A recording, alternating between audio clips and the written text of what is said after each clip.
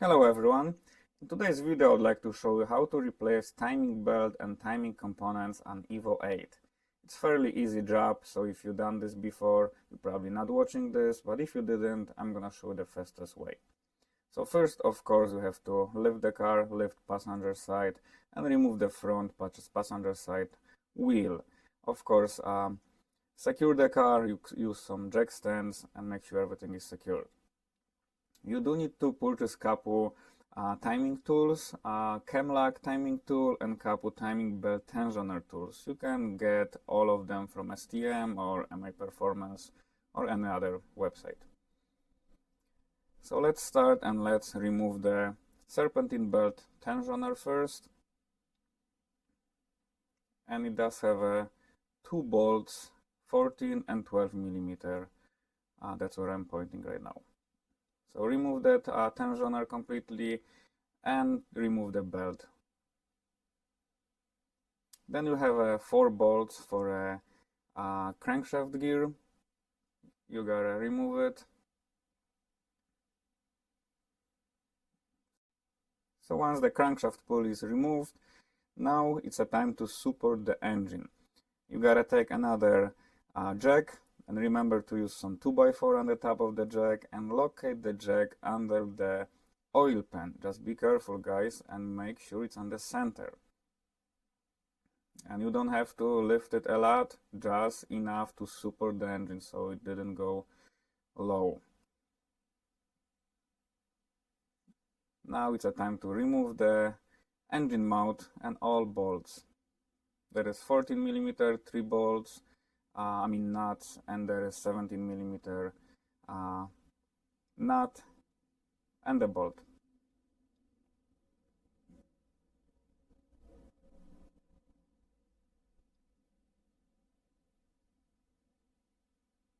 So once this is removed, there is another step now. You gotta lift this jack so the engine goes as high as possible. And then remove 4 bolts for a water pump pulley. I found this angle to be the best. You gotta hold the pulley with one hand and the 10 millimeter with another hand. You can also do it when the belt was still on, but I found this way the best. So once this is out, now you have to lower the engine as low as possible. And you have to remove this pulley, the idler pulley. You would not be able to remove it if you don't lower the engine, because the frame would not let you to remove it. So once the engine is lowered with the jack, then you can take the pulley out. It's a 14 millimeter bolt.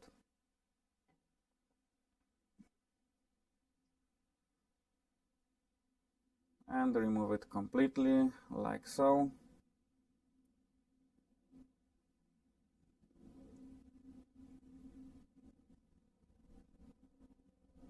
And now guys, it's a time to remove the top cover.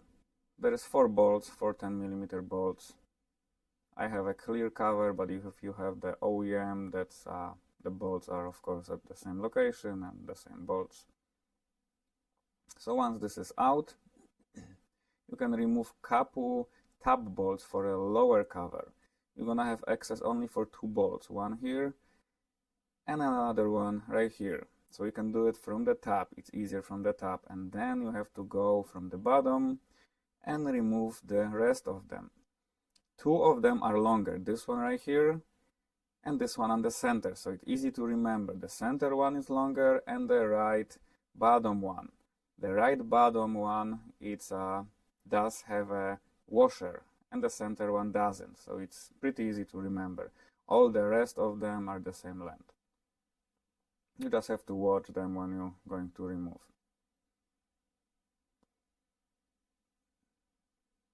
So once this is out, you can remove the cover. It's tight to remove it with the engine in, but it is possible. It's going to the bottom. Don't try to remove it from the top. you would not be able to, and you're gonna break it. I broke a couple of them when I was doing my first timing many years ago, but from the bottom it's much easier, like so. And you can remove it completely out or leave it the way it is, just so it's not on your way. And now you can see all the timing and timing components. So if you're there is a good time now to rotate the engine and make sure the timing marks are correct. So crankshaft and two cams has to be lined up with the lines. Now there is a good time to use the cam-lock timing tool and insert it between the cam gears. You would probably need to use 17mm just to twist tiny bit the exhaust cam, otherwise you would not be able to insert this. So just you have to move it in one or the other direction to insert the cam-lock timing tool. So now we going from the bottom again, and if your timing was correct previously, you would be able to insert the grenade pin right here. You have two tensioners, the pulley tensioner and regular tensioner with the grenade pin. If the timing was not correct and you cannot insert the grenade pin, you gotta use this tool, insert right there, and just torque it until you can insert the grenade pin. Just be careful, guys, doesn't need a lot, just tiny bit, and try to insert the grenade pin. So once you install the grenade pin, you can remove the tensioner pulley, and change other components, of course. It is also a good idea to change your water pump once you are here. But we are not going to replace it now. I just want to show you guys how to do the timing belt.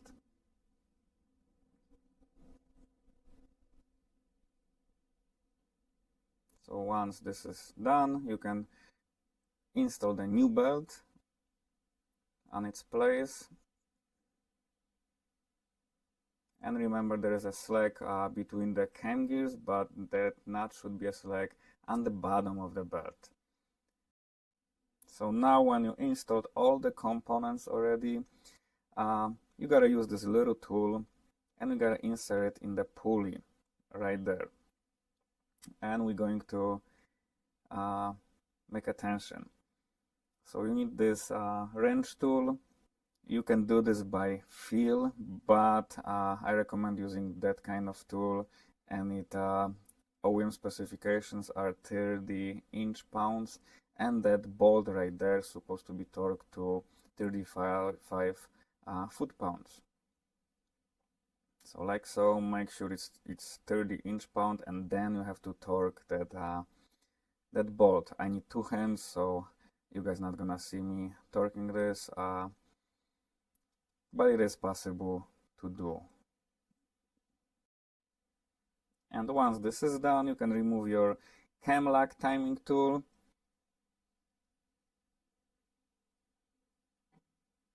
Make sure the timing marks are lining up.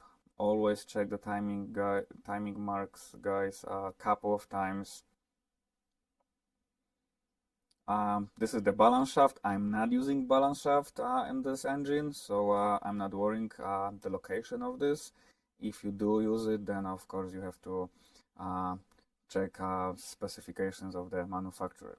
And now we have to rotate the engine a couple of times and again align this with the timing marks. And you have to wait 15 minutes, and you're supposed to be able to move freely the grenade pin.